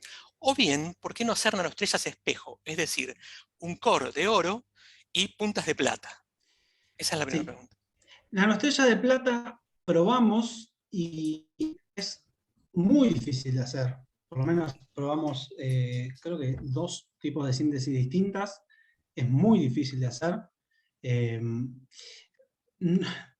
No obtuve, voy a decirlo así, no obtuve nunca nada en eso más que probablemente partículas esféricas de plata, porque hay muy pocos trabajos comparados con nanoestrella de oro. La nanoestrella de oro lo que tiene es que es muy robusto el campo, hay un montón de síntesis, hay síntesis con semillas, hay síntesis sin semillas, que también probamos y son más difíciles. Nanoestrellas de plata nunca lo logramos. el otro tipo de estructuras que vos planteaste, también lo había encontrado en algún momento, algún trabajo de eso, pero también nos decidimos, para empezar, originalmente cuando encontré esta nueva síntesis, ya había empezado con la botella de oro, y además había poco de eso, y decidimos finalmente quedarnos con esto, es decir, mientras los pasos que fuéramos agregando tenían las propiedades que nosotros queríamos para seguir desarrollando, nos quedamos con eso, ¿sí? Y en vez de continuar evaluando distintos sistemas, decidimos continuar con la síntesis, recubriendo y haciendo todo el desarrollo, en vez de volver para atrás y volver a evaluar protocolos nuevos. Digamos. Viste que hay, Aunque hace unos cuantos años, hay una empresa en Inglaterra que hace nanoestrellas de grafito, nanoestrellas de carbón. Y lo usan lo usaban para vender sensores de presión. Si vos dispersás la nanoestrella en un polímero elástico y lo apretás después todo ese composito, las partículas se tocan, percolan y conducen. Entonces, cuanto más apretás, más conducen, tenés un sensor. La nanoestrella de grafito reforzaba, era como que era mucho más sensible a la presión, mejoraba todas las figuras de mérito por tener la estrella. claro. Pero eso fue hace muchos años y no sé si la empresa no se fundió, no la volví a ver, pero vendían esos sensores de grafito, eso te lo comento. Sí. Me da miedo Sí. pensar cómo lo sintetizaban, nada más. Sí, un poco de contaminación con grafito, pero... sí, yo entiendo que la síntesis de oro, de las nanopartículas de oro, es algo muy estándar, simple, y por ahí tiene el problema de que el rendimiento por ahí es bajo, no sé, tenés que gastar mucho el ácido, ¿no? El tetracloroáurico, pero ok, está muy bien la respuesta. Me pareció muy buena la presentación de todos los protocolos de síntesis de Core Shell que hiciste, que está por la página 59 del PDF, en el capítulo 2. Me pareció excelente. También me pareció muy buena la presentación teórica que hiciste al principio, que es básicamente una reflexión en el sentido de pensamiento, ¿no? De reflexión de luz, de qué es la polarización de un metal, ¿no? O sea, qué es un plasmón superficial, Sí. que no es nada obvio, ¿no? Viene eso de David Bohm, los primeros trabajos. Me pareció muy buena toda esa parte. Y me pareció muy buena toda la presentación de todos los protocolos de síntesis. Con respecto a la caracterización de la síntesis de las partículas y de las estrellas, no vi rayos X, tampoco vi XPS. Sí. Rayos X,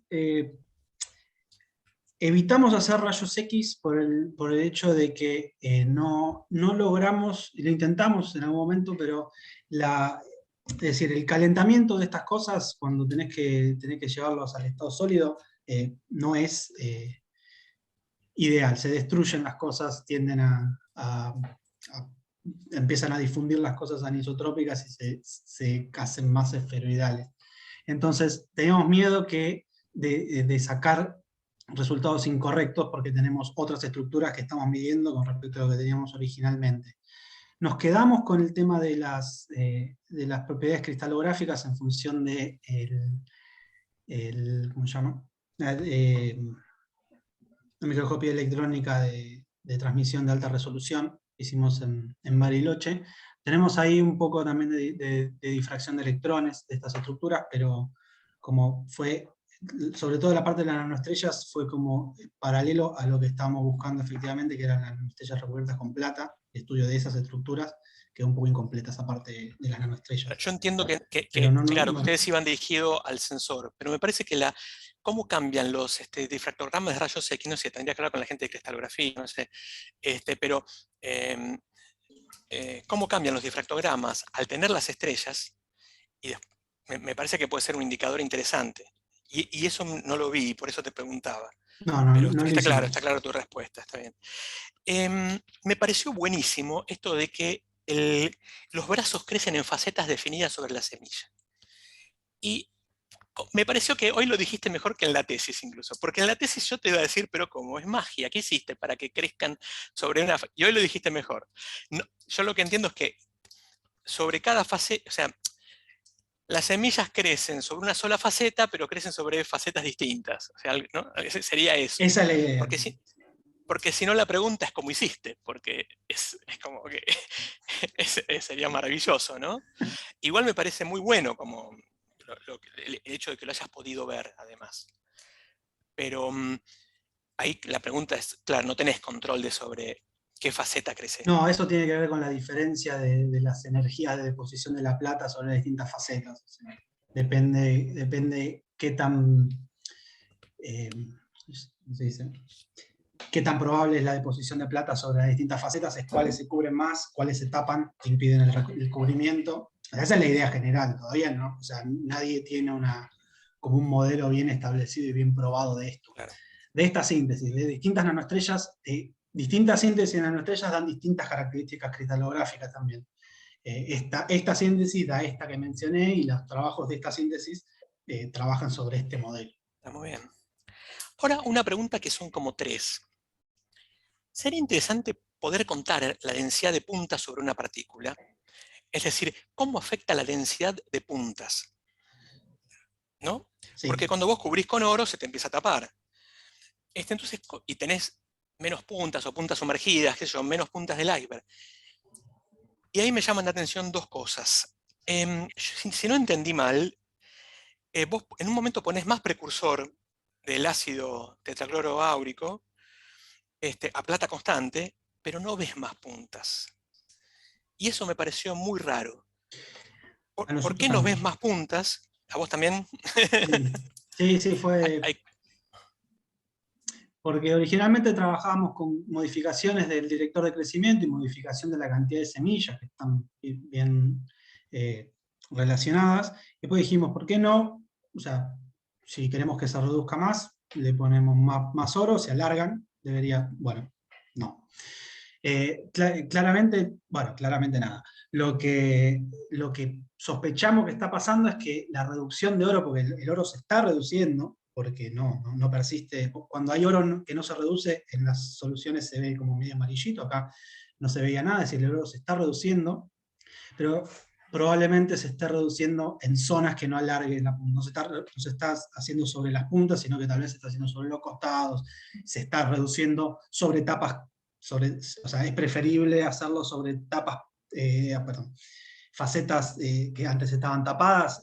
Si la punta se hace demasiado larga, tal vez conviene reducirlo sobre esas facetas que sobre las puntas.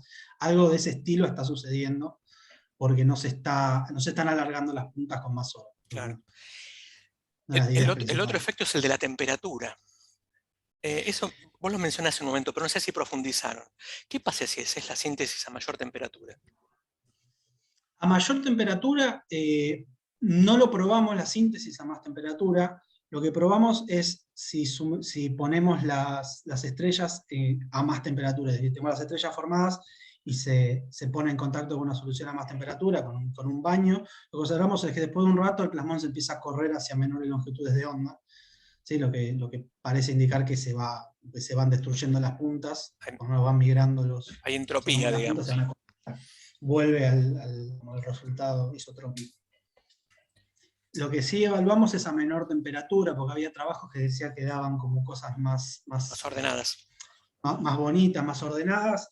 La verdad es que no vimos eso. La síntesis en ese caso era otra, así que puede ser que nuestras estructuras, como están armadas, nos sirvan en ese caso. Y después de toda esta síntesis, ¿cuál es entonces el efecto de la densidad de puntas? ¿Se puede hacer, o sea, si yo aumento el número de puntas por unidad de superficie? Sí. A ver, nosotros asignamos, así como modelo mental que yo uso para todos los días, es que lo que nos genera efecto SERS es la punta, es decir, la punta que está casi recubierta por la capa de plata, todo lo que está ahí, todo el reportero que está ahí, es lo que me da la mayoría de mi señal. Todo lo que está alrededor, porque hay reportero unido sobre la capa de plata, eso no va a aportar una señal significativa. Entonces, al haber mayor densidad de puntas, uno espera que hay mayor cantidad de superficie, si la consideramos como una esfera, mayor cantidad de puntos en la superficie que generan señal. Uno esperaría más señal en función de la densidad de puntas. Vamos pensándolo ahora rápidamente. Está bien, perfecto. Me encantó todo lo de la parte cuando unís con TEOS, la parte cuando haces el cubrimiento con CO2. Vos mostraste las dificultades que obtuviste y cómo lo fuiste superando. Eso me pareció excelente también en la tesis. Así que felicitaciones por todo ese trabajo. Gracias. Es un trabajo grande. Hoy lo pasaste rápido sobre eso y es un trabajo rápido. Vos pasaste rápido y es un trabajo denso. Pasamos al capítulo 4 de las cianinas. Ahí hay mucho para discutir. Está muy bueno la disminución del helio D, Fernanda te lo mencionó.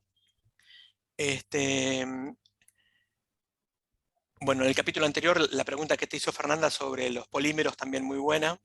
O sea, yo la tenía acá anotada, ahora la veo. La posibilidad de explorar más polímeros es otro tema. Ahora pasamos a las cianinas. Muy bueno lo de la disminución del helio D. Me pareció muy bien. Ahora tengo varias preguntas ahí. ¿Las cianinas no florecen sobre la superficie? Sobre la superficie no. ¿Y por qué? O sea, es como que uno esperaría, o sea, si yo pongo fijo cianina sobre un polímero, florece más, porque se anula la isomerización cis-trans y te compite ganando la fluorescencia. Pero Sí. si la pones sobre un polímero, ok, hay inyecciones de electrones. ¿Pero no te llamó la atención? ¿O está reportado eso ya? No, está bastante reportado que la extinción del proceso de fluorescencia sobre superficies metálicas. Si uno ve la bibliografía sobre, por ejemplo, intensificación de fluorescencia sobre una superficie plasmónica, en ese caso, a diferencia de Raman, la intensificación de las señales Raman en función de la distancia a la superficie aumenta, o sea, cuanto más cerca está, más se intensifica. En el caso de la fluorescencia, pega un máximo y después decae, porque si está muy cerca hay transferencia de energía y hay extinción del proceso. Entonces, esperábamos ese comportamiento. Y me llamó muchísimo la atención, que creo que Fernanda o Carolina te preguntó, ¿por qué las dos señales esas que vos ves a dos corrimientos cambian? Una no cambia y la otra sí cambia. Eso me pareció como, no sé si es común también en Raman, pero ¿cómo puede ser que una banda no cambie y la otra cambie? No, como le había mencionado a Fernanda, no es que dos bandas no cambian, sino que la intensificación que sufren en distintas orientaciones, ¿sí?, se modifica. Si vos tenés las bandas vibracionales, cada una tiene una simetría, si el modo vibracional tiene una determinada simetría en función de la simetría total de la molécula, dos bandas que corresponden a la misma simetría van a sufrir la misma intensificación con una orientación, y cuando se modifica la orientación tienen la misma intensificación, que puede ser distinta. Entonces sí. Pero dos bandas de distinta simetría pueden variar su intensificación cuando se modifica sobre la superficie. Pero entonces si sobre la superficie irradias con luz polarizada paralela a la superficie o perpendicular, ¿no deberías ver que todo esto cambia? Sí, hay todo un mundo de Raman con incidencia de luz polarizada. ¿Sí? Como nosotros medimos todo en función en suspensión, ¿sí? No hay mucho que se pueda hacer con luz polarizada en ese caso, según entiendo, no profundicé demasiado en eso. Sí, pero es más importante cuando tenés la superficie y están midiendo, por ejemplo, una superficie, ahí incidencia con luz polarizada genera modificaciones muy importantes. Está bien. O sea, es un aspecto importante del experimento. Con respecto a las cianinas, para ver algunos efectos que vos mencionaste, puedes usar cianinas más cortas. El DOTSI, el DODCI. Ten en cuenta que las cianinas están cargadas, son cationes, y hay un contraión, y bueno, o sea, ojo con eso, porque no sé si sobre una punta donde el campo eléctrico se simplifica, poner una carga también no introduce algo. ¿Entendés? Lo que te digo, o sea, el colorante que estás usando es cargado. Sí. Entonces tal vez podrías usar un colorante neutro. Sí, déjame pensar un segundito. Sí, en realidad elegimos colorantes catiónicos a propósito porque o sea, todos los colorantes catiónicos que ponemos se pegan sobre la superficie. ¿Sí? Estimamos que hay una densidad de carga negativa sobre las partículas. Y con respecto al límite de detección, ok, es más chico, pero el rango dinámico. Ojo con el rango, ¿pensaste en el rango dinámico? Porque no me queda muy claro. El rango dinámico es donde vos podés tirar una curva de calibración. Sí. Y es un poco engañosa. Si vos lo pasás al logaritmo, ok. Pero si vos mirás el gráfico en escalas lineales, hay una zona donde el límite de cuantificación no está claro. Sí, entonces, no nos metimos con el límite de cuantificación. Ojo con querer vender, ¿viste? Como decir, bueno, mi método es buenísimo, ojo, ahí, Por eso el único punto donde empezamos a mencionar rango dinámico lineal es la parte de verde malaquita, que lo planteamos como detección directa, algo que no aparece en la presentación.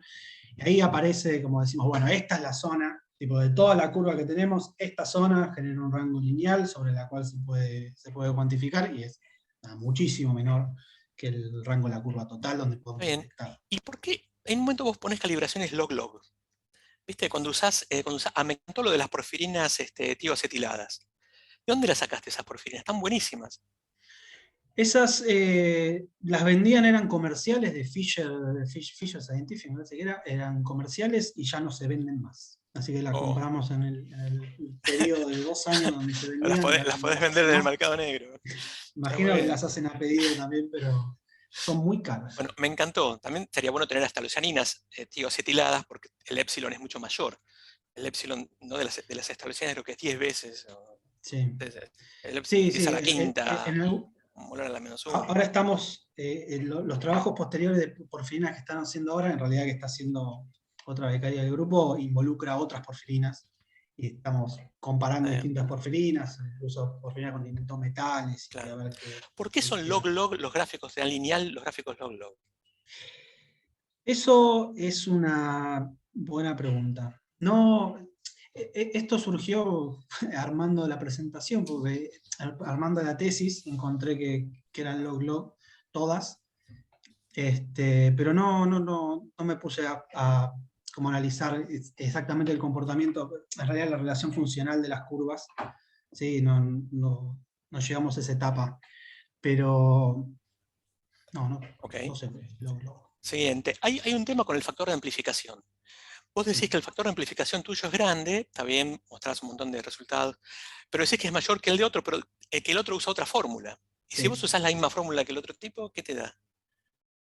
En realidad no uso la misma fórmula que el otro trabajo, porque en el otro trabajo, en vez de usar el número de moléculas muestreadas, usan concentraciones, las concentraciones utilizadas en cada experimento. Y nada me asegura que la concentración que usaron ellos, o sea, no lo mencionan en ningún lado, que la concentración, según recuerdo, que la concentración utilizada en cada experimento sea, por ejemplo, en el espectro CERS, que sea la mínima concentración donde hay estabilización de señal. ¿Sí? Que asegura que no estás están estimando mal el sistema. No probamos utilizar la misma fórmula. Okay. Antes de pasar a los sensores, las partes magnéticas. ¿Tu objetivo cuál era? ¿Era orientar las partículas magnéticas sobre la superficie? O sea, vos pones las puntas de oro arriba de las magnetitas o abajo de las magnetitas, como sea. Yo creo que ahí lo interesante sería alinearlas, ¿no? O sea, si vos le pones un campo magnético, más allá de que las puedas usar para dirigir magnéticamente un coloide a algún lugar, pero vos las podrías alinear con un campo, con un imán para que te queden perpendiculares a la superficie, una cosa así como que te queda, ¿entendés? O sea, que sí. genera anisotropía, a eso me refiero. Sí, pero en ese caso la anisotropía sería únicamente la anisotropía magnética, o sea, andarían todos los es decir, pensándolo rápido en este momento, vos me estás diciendo, si yo logro inmovilizar las partículas sobre una superficie, en presencia de un campo magnético, debería tenerlas todas orientadas para arriba.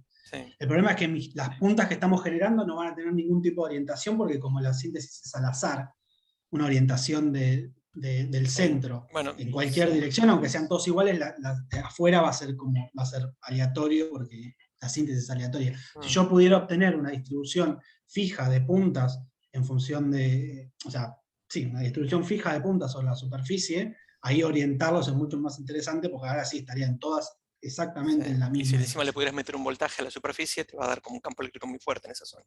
Si las tenés con puntas y orientadas, te va a dar un campo, o sea, si pudieras meter un voltaje. Bueno, con respecto a los sensores, bueno, toda la parte de protección, cuando pones también el CO2 perdés puntas. ¿Cómo? No es que perdés puntas, la pregunta es esta,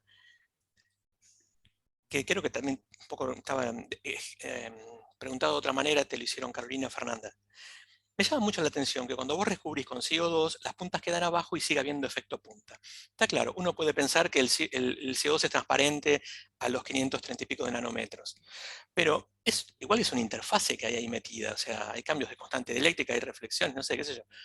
O sea, ¿cómo respondés a que no perdés efecto punta cuando haces todo ese cubrimiento? O sea, en el sentido de que se sigue observando la señal después de...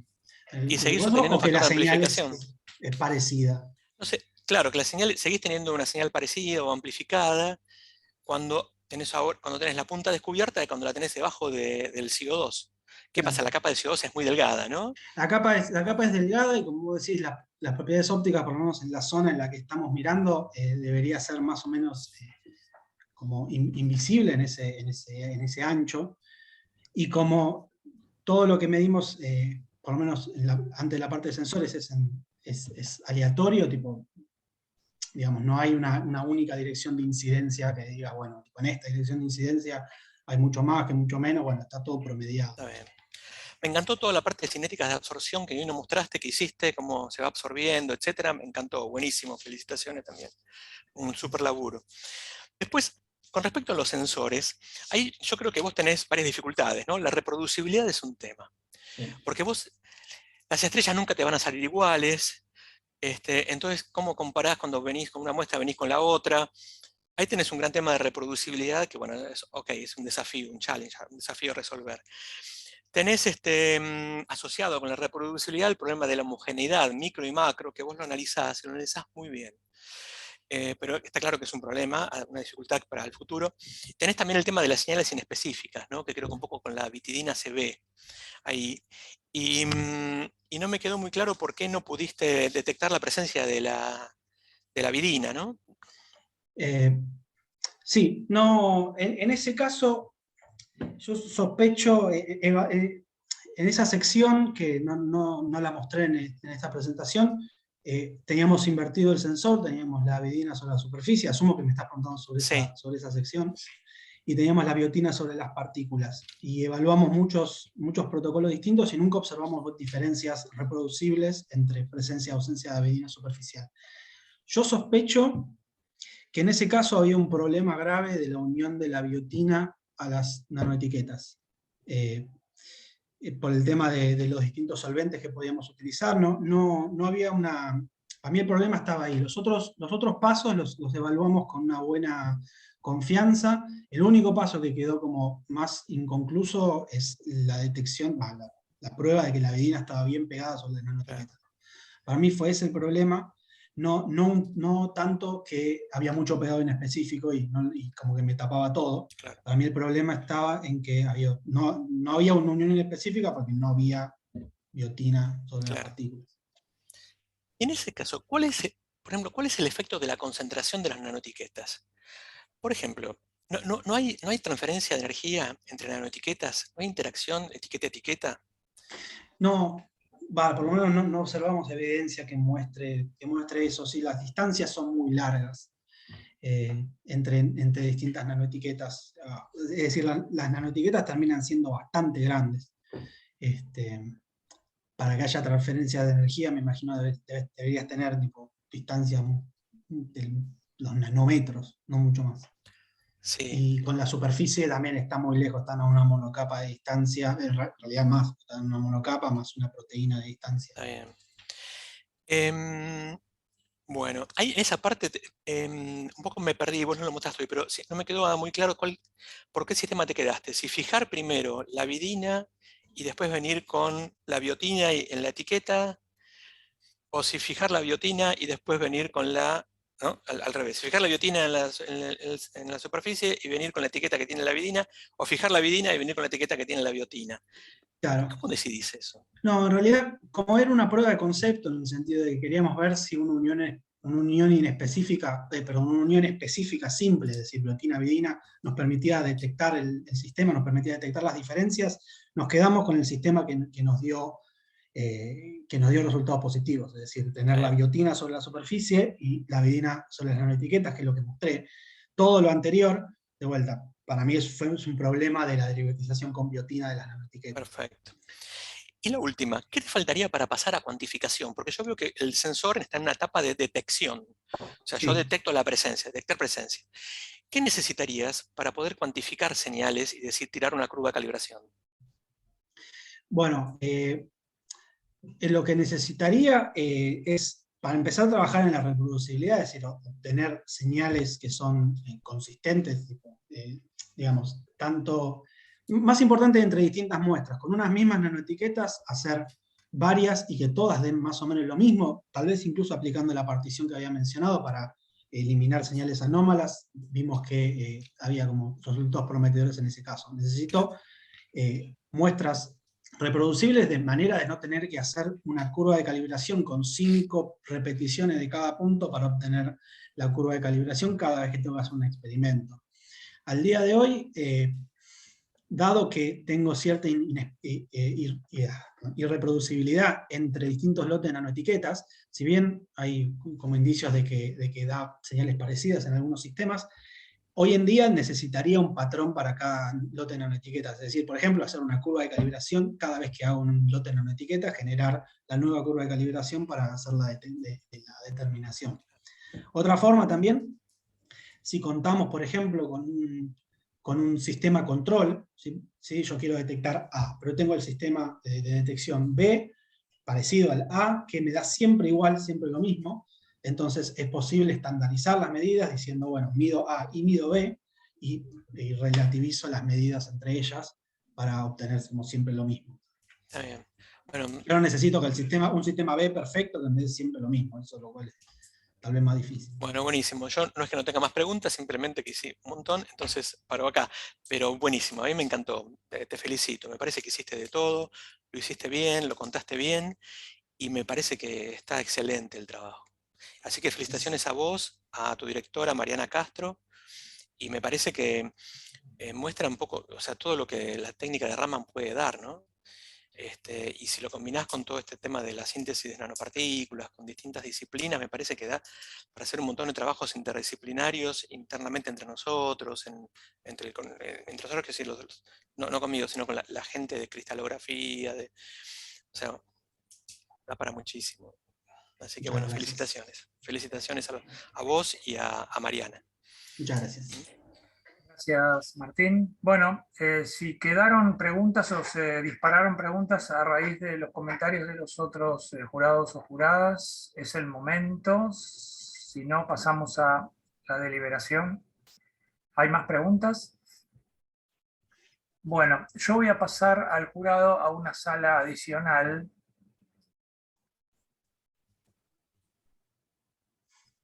Un momentito, por favor.